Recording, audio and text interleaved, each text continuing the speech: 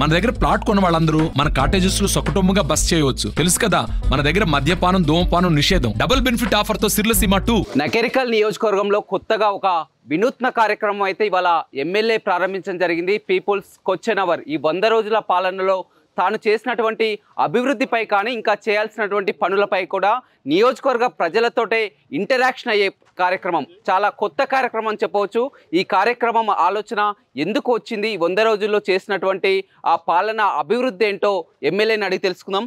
చెప్పండి, ఇది చాలా కొత్త వినూత్న కార్యక్రమంలా కనిపిస్తుంది, గతంలో ఎక్కడ కూడా చూడలేదు. ఎందుకు ఈ ఆలోచన ఎందుకు వచ్చింది చేయాలని? అంటే ఈ రాష్ట్రంలో ఏర్పడ్డది ప్రజాప్రభుత్వం కాబట్టి, ప్రజలు కోరుకున్నటువంటి ప్రభుత్వం కాబట్టి, ప్రజలు వాళ్ళకి ఏం కావాలి, వాళ్ళకి ఏ అవసరాలు ఉన్నాయి, ఇక్కడ ఎన్నిక కాబడ్డటువంటి ప్రజాప్రతినిధి ఏం చేయాలనేటువంటి ప్రశ్నలు వేసుకునేటువంటి ఒక స్వేచ్ఛాయుతమైనటువంటి వాతావరణం వాళ్ళకు ఇవ్వాలనేటువంటి ఉద్దేశంతో ఈ కార్యక్రమం పెట్టింది. అంటే ప్రశ్నతోనే ఆన్సర్ వస్తుంది. ప్రశ్నించడం ద్వారా, ప్రశ్న ద్వారానే సమాధానం వస్తుంది. కాబట్టి వాళ్ళు ప్రశ్నించేటువంటి ఒక స్వేచ్ఛను, క్వశ్చన్ చేసేటువంటి స్వేచ్ఛను ఇవ్వాలి అనేటువంటి ఒక ఉద్దేశంతో ఈ కార్యక్రమాన్ని ఏర్పాటు చేశారు. అంటే ఈ 100 రోజుల్లో కూడా మీరు చేసినటువంటి పనుల్లో మీకు మంచి బాగా సంతృప్తికరం అంశం ఏంటంటే? ఈ 100 రోజులలో మహిళలకు ఉచితంగా బస్సు సౌకర్యము చాలా సంతృప్తికరమైనటువంటి అంశము. ఈ 100 రోజులలో అవినీతి పైన మా ముఖ్యమంత్రి తీసుకుంటున్నటువంటి చర్యలు చాలా సంతోషకరంగా ఉంది. ఈ 100 రోజుల పరిపాలనలో రోజుకు 18 గంటలు కష్టపడి పనిచేస్తూ ఈ రాష్ట్రంలో ధ్వంసమైనటువంటి అనేక అంశాలని సరిచేస్తున్నటువంటి క్రమం ఏదైతే ఉంది, సరిచేసేటువంటి ప్రయత్నం ఏదైతే మా ముఖ్యమంత్రి, మా ప్రభుత్వం, మా మంత్రులు చేస్తారో అది చాలా నాకు సంతోషంగా అనిపిస్తుంది.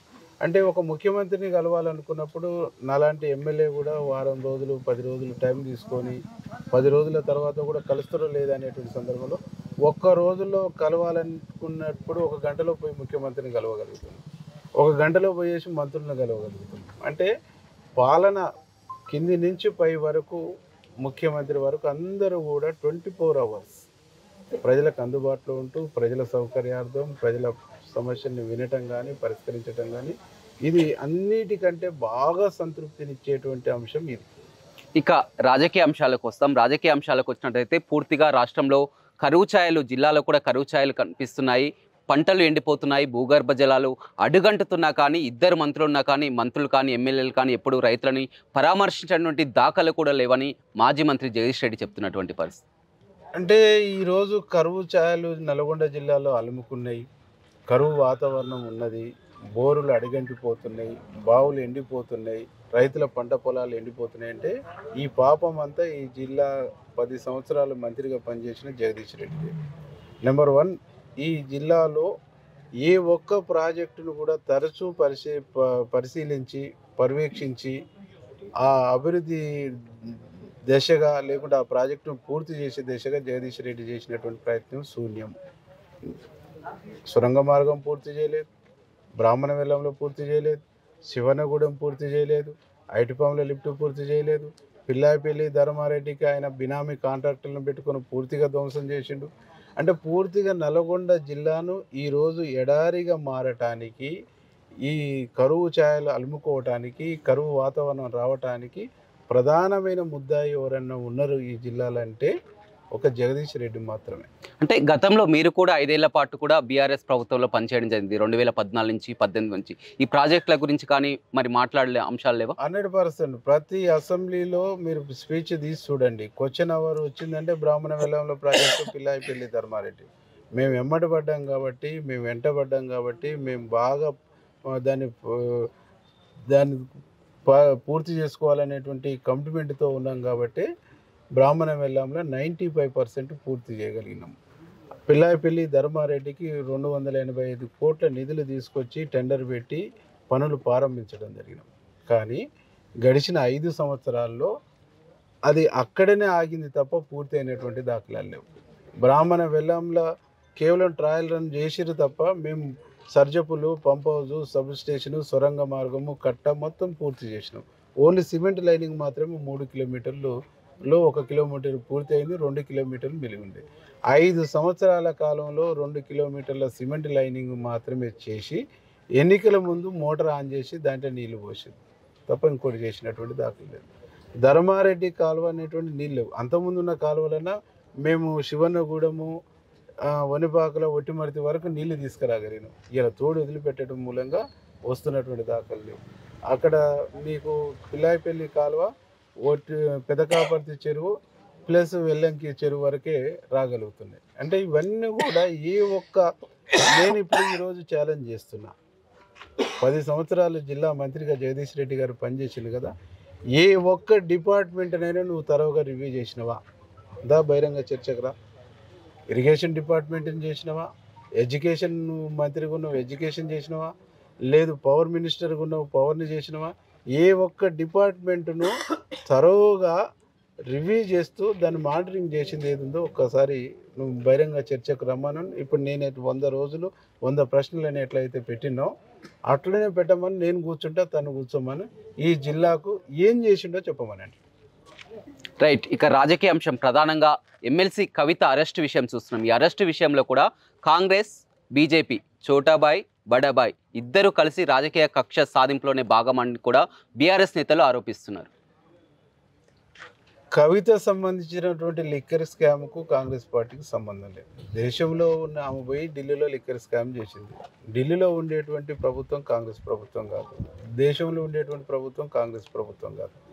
దర్యాప్తు సంస్థలన్నింటినీ మ్యాన్పులేటింగ్ చేసేటువంటి శక్తి కాంగ్రెస్ పార్టీకి లేదు. కాంగ్రెస్ పార్టీ దేశంలో అధికారం లేక 10 ఏళ్ళు అవుతుంది. కాబట్టి ఆ స్కీమ్కు కాంగ్రెస్ పార్టీకి ఏం సంబంధం? నిజంగా కూడా కాంగ్రెస్ పార్టీ దేశంలో అధికారం లేక 10 ఏళ్ళు అవుతుంది. కాబట్టి ఆ స్కీమ్కు కాంగ్రెస్ పార్టీకి ఏం సంబంధం?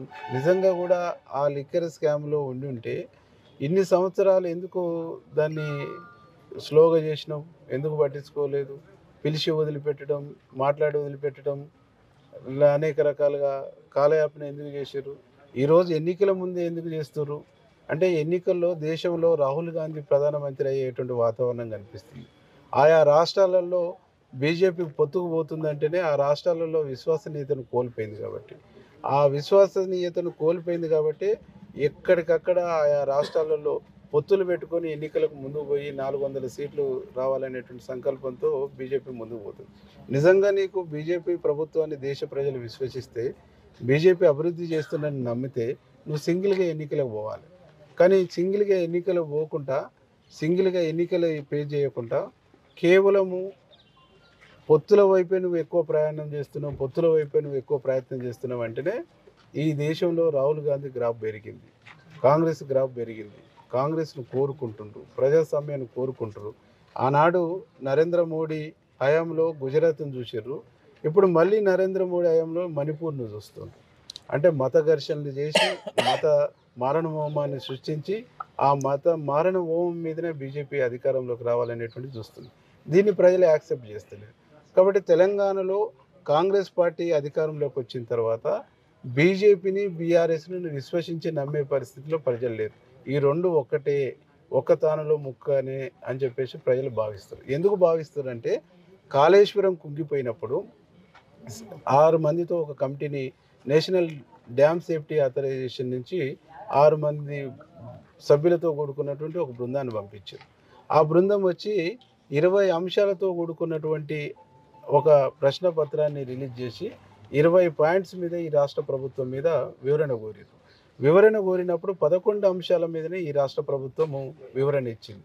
కానీ 2020-21 యాక్ట్ ప్రకారంగా ప్రభుత్వము ఆ దర్యాప్తు సంస్థ అడిగినటువంటి అంశాలని కొన్ని దాచిపెట్టినా ఇయ్యకున్నా చట్టరీత్యా నేరము, వీళ్ళు నేరం చేసినట్టుగా రిమాండ్ చేయాలి.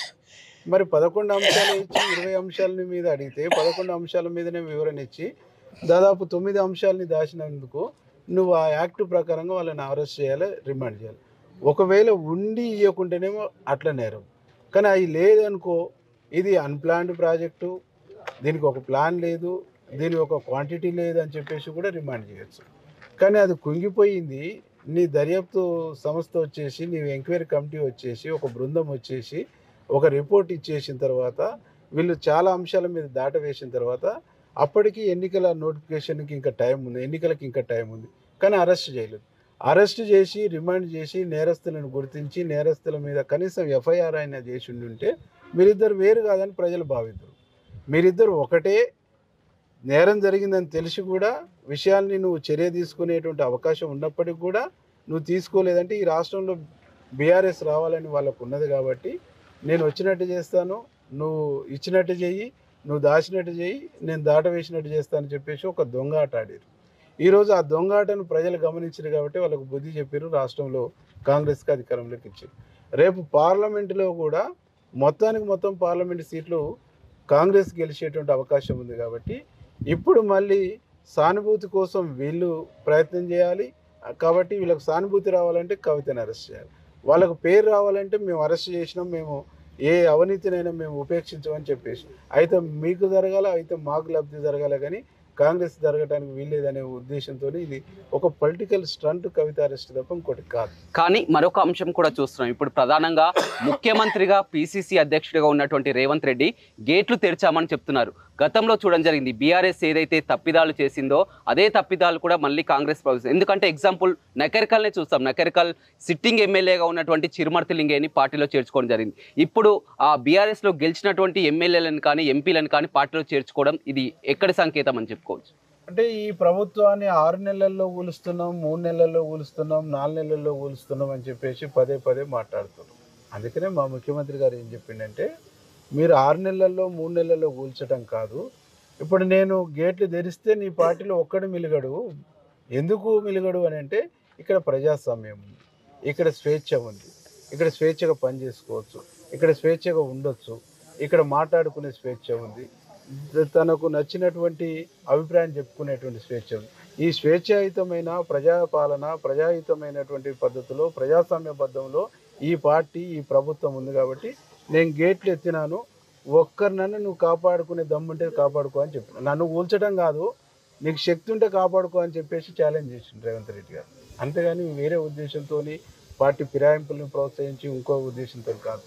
నువ్వేం చేస్తున్నావు? ఎంతసేపు మమ్మల్ని క్రిటిసైజ్ చేసి, మా ప్రభుత్వాన్ని క్రిటిసైజ్ చేసి, మా ప్రభుత్వాన్ని బీజేపీతో కలిసి కూల్చాలనేటువంటి కుట్ర చేస్తున్నాం కాబట్టి నీ కుట్రను భగ్నం చేసి ఈ రాష్ట్రాన్ని అభివృద్ధి పదంలో, ఈ రాష్ట్రానికి అభివృద్ధి ఫలాలని, మేము ఇచ్చినటువంటి 6 గ్యారెంటీని, మేము చెప్పినటువంటి ప్రామిసెస్ని మేము ప్రజలకు నెరవేర్చాలంటే ఒక స్థిరమైనటువంటి, సుస్థిరమైనటువంటి ప్రభుత్వం ఉండాలి. కాబట్టి నీ కుట్రలు సాగవు, నీ కుట్రలు చెల్లవు అనేటువంటి ఒక సదుద్దేశంతోనే చెప్పడం జరిగింది. ఇక మీ పార్లమెంట్ పరిధి విషయం ఎలా ఉండబోతుంది? భువనగిరి ఎంపీ అభ్యర్థి ఎవరు అనుకుంటున్నారు? గతంలో మీకు నకరికల్లో వచ్చినటువంటి మెజార్టీ మళ్ళీ ఇప్పుడు ఎంపీ ఎన్నికల్లో రాబోతుందా? ఎలా ఉండబోతుంది? 100% ఆయా నియోజకవర్గాల్లో ఎంత మెజార్టీ వచ్చిందో ప్రజలు అంత మెజార్టీ రేపు కాంగ్రెస్ ఎంపీ అభ్యర్థి కూడా ఇస్తారు.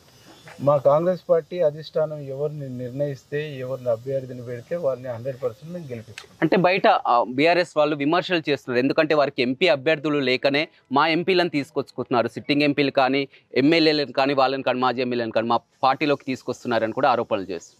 అంటే మాకు ఆ ఎంపీ అభ్యర్థులు అనేటువంటిది లేక కాదు.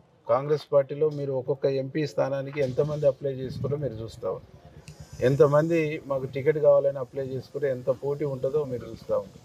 ఒక్కొక్క ఎంపీ అభ్యర్థికి ఒక ఎంపీ సీటు కోసం 30 మంది 40 మంది అప్లై చేసుకున్నట్టు అది మా కాంగ్రెస్ పార్టీలో మీరు ఒక్కొక్క ఎంపీ స్థానానికి ఎంతమంది అప్లై చేసుకున్నారో మీరు చూస్తావు, ఎంతమంది మాకు టికెట్ కావాలని అప్లై చేసుకుంటే ఎంత పోటీ ఉంటుందో మీరు చూస్తూ ఉంటారు. ఒక్కొక్క ఎంపీ అభ్యర్థికి ఒక ఎంపీ సీటు కోసం 30 మంది 40 మంది అప్లై చేసుకున్నట్టు అది మా స్ట్రెంత్, మా ప్రభుత్వం.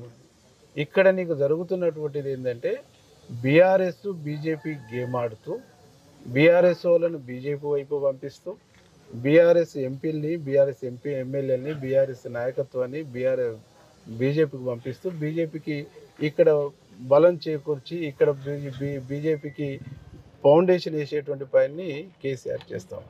బీజేపీ అంటే నచ్చనటువంటి వాళ్ళు, కేసీఆర్ చేస్తున్నటువంటి ఈ దొంగాటను నచ్చనటువంటి వాళ్ళు స్వచ్ఛందంగా మేము అభివృద్ధి కావాలి, మీతో కలిసి పనిచేస్తాం, కలిసి పోతాం, కలిసి ఉంటాం, మీతో కలిసి నడుస్తామని చెప్పేసి వస్తాం. రైట్, చూడొచ్చు వచ్చే పార్లమెంట్ ఎన్నికల్లో ఖచ్చితంగా మెజార్టీ స్థానాలని కాంగ్రెస్ పార్టీ గెలుచుకోబోతుందని కూడా ఎమ్మెల్యే వీరేశం చెప్తున్నారు. అదేవిధంగా వినూత్న కార్యక్రమం కూడా చూడొచ్చు. నకరికల్లో తాను చేసినటువంటి పనులను కానీ ఇంకా ప్రజల నుంచి ఎలాంటి ప్రశ్నలైనా అడగడానికి కూడా సిద్ధం ఉంది. 100 రోజుల పాలనపై కూడా ఇవాళ కొత్త కార్యక్రమాన్ని కూడా పెట్టడం జరిగింది. నిరంతరం ఇలాంటి కార్యక్రమాలు ఉంటాను, నియోజకవర్గ ప్రజలకు ఏదైతే హామీలు ఇచ్చానో ఆ హామీలన్నీ నెరవేర్చేందుకు కూడా పాటుపడతానని కూడా ఎమ్మెల్యే వీరేశం చెప్తున్నారు. O2 studio. మరిన్ని వీడియోస్ కోసం ఛానల్ ని సబ్స్క్రైబ్ చేయండి, లేటెస్ట్ అప్డేట్స్ కోసం వాట్సాప్ ఛానల్ ని ఫాలో చేయండి అండ్ లింక్ డిస్క్రిప్షన్ లో ఉంది.